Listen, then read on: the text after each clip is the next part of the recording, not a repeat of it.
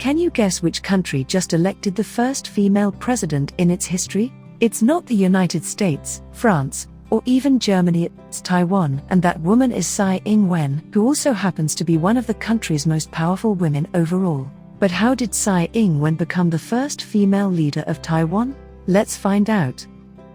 Tsai Ing-wen, born in 1956, Tsai was raised in Tainan City, a southern port area. Her father owned a local business. After her parents divorced when she was 8 years old, Tsai lived with her mother and grandmother in Taoyuan City and studied at a junior high school there for 1 year before moving back to Tainan. She enrolled at Soochow University in Taipei after graduating from senior high school, majoring in international economic law. As an undergraduate student, Tsai read Adolf Hitler's manifesto Mein Kampf, which had been translated into Chinese by Lo Hsiang-lin and published by his magazine New Horizon in 1957. Tsai Ing-wen grew up in a time when women were expected to get married early, drop out of school and support their husbands. Yet despite growing up in such a male-dominated society, Tsai saw her mother doing things that were considered rare for a woman to do at that time. She graduated from National Taiwan University with honors and started working as an English teacher at Taipei Municipal Zhongshan Girls High School, where she met her future husband, who was also working there as a physics teacher. Her then-boyfriend later encouraged her to pursue her dream of becoming a lawyer by taking law classes part-time during her career as an English teacher.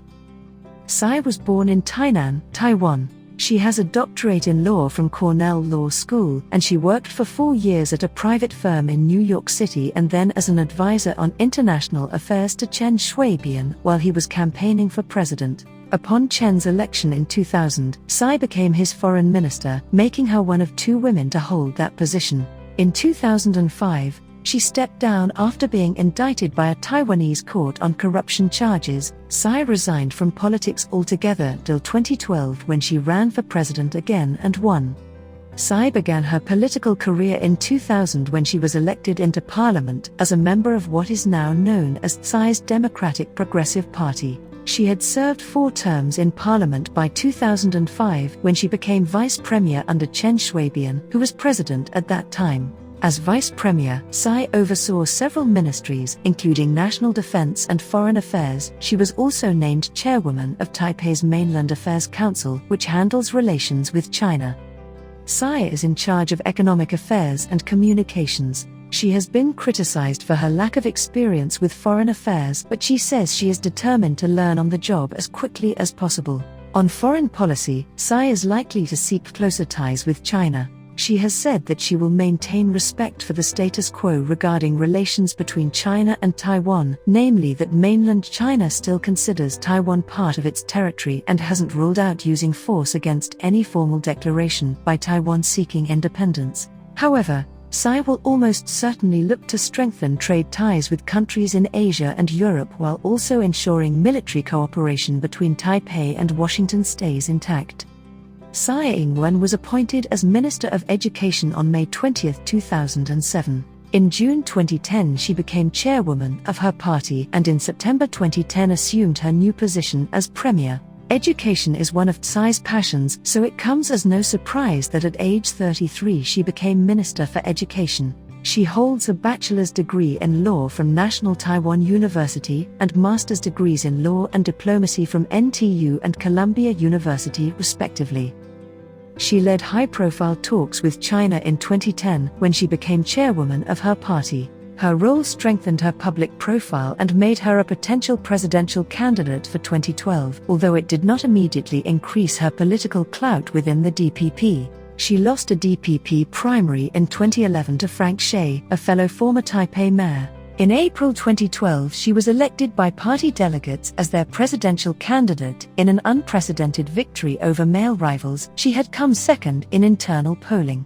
Then President Ma Ying-jeou appointed Premier Zhang Yihua as his successor after winning re-election, but continued to cast himself as an active politician until his term ended on May 20. Tsai Ing-wen, who became president of Taiwan in May 2016, is a powerful woman. She is also currently one of only 6 female leaders in a country worldwide. This is her story on how she was able to take charge and start a new chapter for Taiwan. I think she will make history once again by becoming the first female leader in Asia. Tsai Ing-wen said that strengthening national security and protecting peace are her government's priorities. Tsai is married to fellow politician Alex Tsai and they have 2 daughters, Xiao Chang and Feng Ying. The couple first met in 1986 when Tsai was working as a translator for her future husband, who was then a member of Hong Kong's Legislative Council.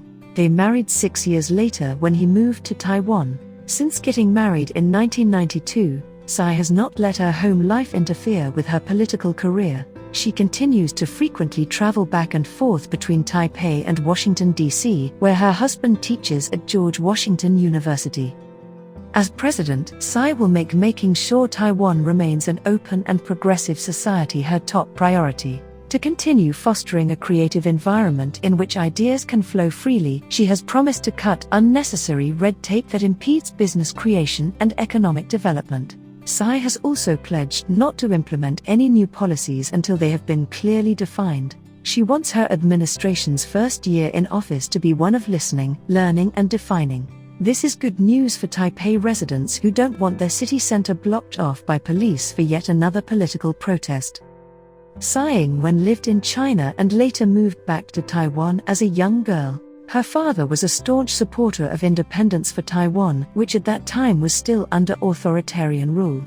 Because her family took part in political protests, they were forced into exile in the US, where Tsai received her bachelor's degree at Cornell University and master's degree at the London School of Economics. She returned to Taiwan just as it reached democracy and went on to study law before becoming a member of parliament. She also worked for many years as an academic before launching her first bid for president. Thank you for watching this video. Don't forget to like this video and share it with your friends. Subscribe us for more valuable videos.